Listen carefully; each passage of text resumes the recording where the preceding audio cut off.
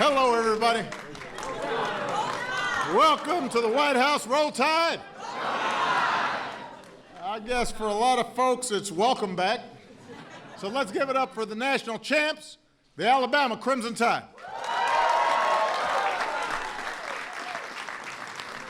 Everybody, please have a seat. We're so glad to have you here today. Now, my first question is, Coach, what took you so long? I mean, it's been 3 whole years since I last saw you. We've got some big Alabama fans in the house, starting with your governor, Governor Bentley. It's good to see you, Doctor. We got some outstanding members of Congress, members of the Alabama delegation. One of my most important people, the guy who takes care of me in the White House, Quincy Jackson. Where's Quincy? I know Q got here. There you go. I want to welcome University President Stuart Bell for the outstanding work he's done, and Athletic Director Bill Battle. Of course, a lot of recognition goes to somebody who's in the running to be the greatest college football coach of all time, Coach Nick Saban.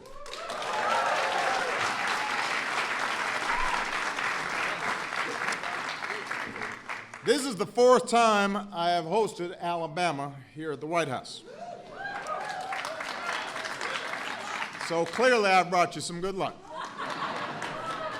In fact, you could call me Obama. You like that?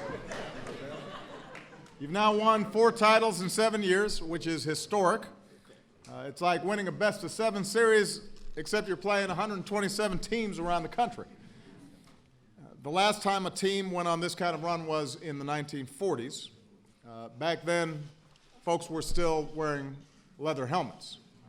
I don't feel like anybody in a leather helmet would do too well trying to tackle Derrick Henry. Of course, even with modern helmets, they didn't do too well tackling Derrick Henry. Derrick racked up an SEC record of more than 22,000 rushing yards, which is the 5th most in major college history, 28 touchdowns, all the way to becoming the Tide's 2nd Heisman Trophy winner. Give it up for Derrick. Where is he? He's back there somewhere. There he is right there. I met Derrick last month in the National Prayer Breakfast, and we struck a Heisman pose together. His looked a little more intimidating than mine.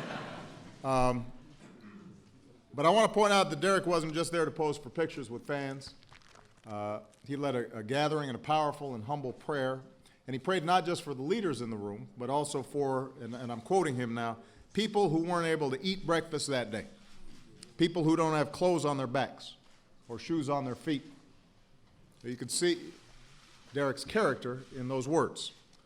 This is a kid who grew up running down dirt roads and raised on his grandma's oxtail soup. And so he knew something about hardship and was remembering that hardship in his prayer. And that's the kind of grit that he played every game with, and that's the kind of determination that defines this entire team. Anybody who watched them knows it was not just a one-man wrecking crew. You had 3 more All-Americans. Center Ryan Kelly, defensive lineman A'Shawn Robinson, linebacker Reggie Ragland, who returned for his senior year to make good on the pledge he made to his mama that he'd get a degree. And, you know,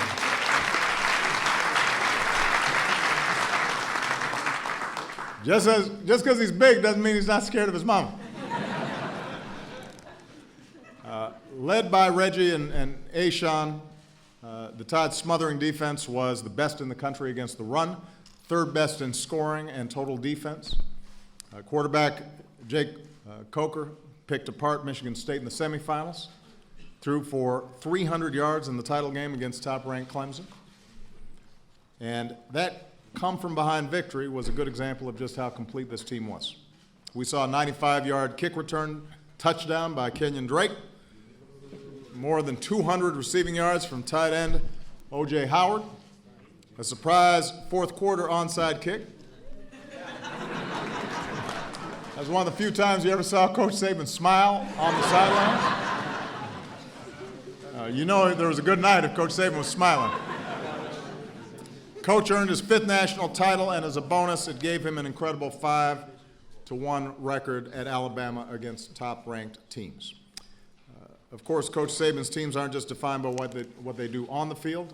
Alabama was number 1 in the SEC and 3rd among top 25 teams in graduation rates. That is something to be proud of.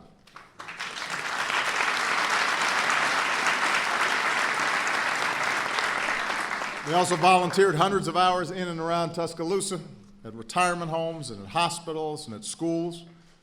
They spent some time with wounded warriors from Walter Reed and Fort Belvoir earlier today.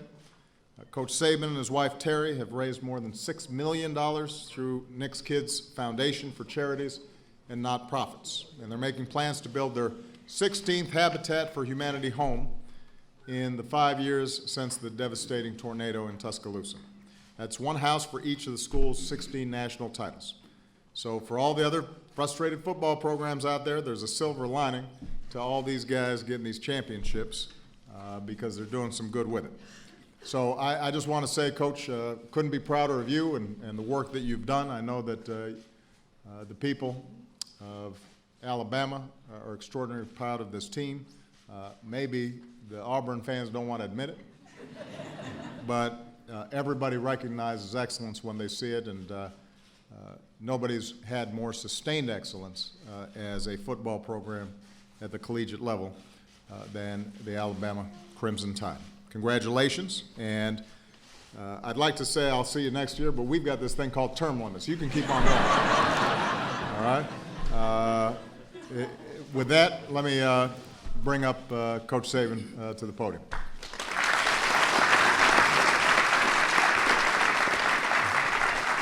Well, certainly, I'd like to thank Mr. President here and the White House staff for the great hospitality. That this is really special for our team and all the people who made our team special.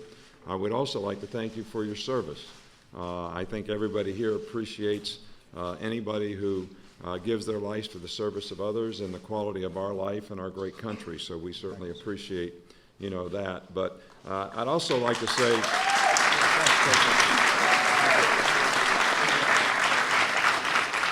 I'd also like to congratulate our team and thank our team for a wonderful job this year. They did some things that were special in their own way, and I think the thing that was greatest about this team was they won as one. There was tremendous togetherness, respect, trust for each other, the principles and values of the organization. They all bought in. Tremendous adversity in losing early on and having 12 straight elimination games to win the championship. So this is a really special group. This is one of the last times that we'll be together, but it's certainly one of the most special times that we've had to come here and share this with you, and it's something that we certainly thank you for. And our captains would like to present you again. I don't know what you... I got a lot of these jerseys. Yeah.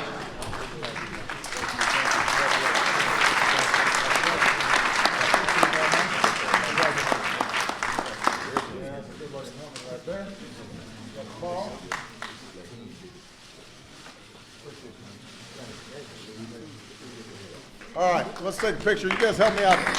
Let's knock down this podium.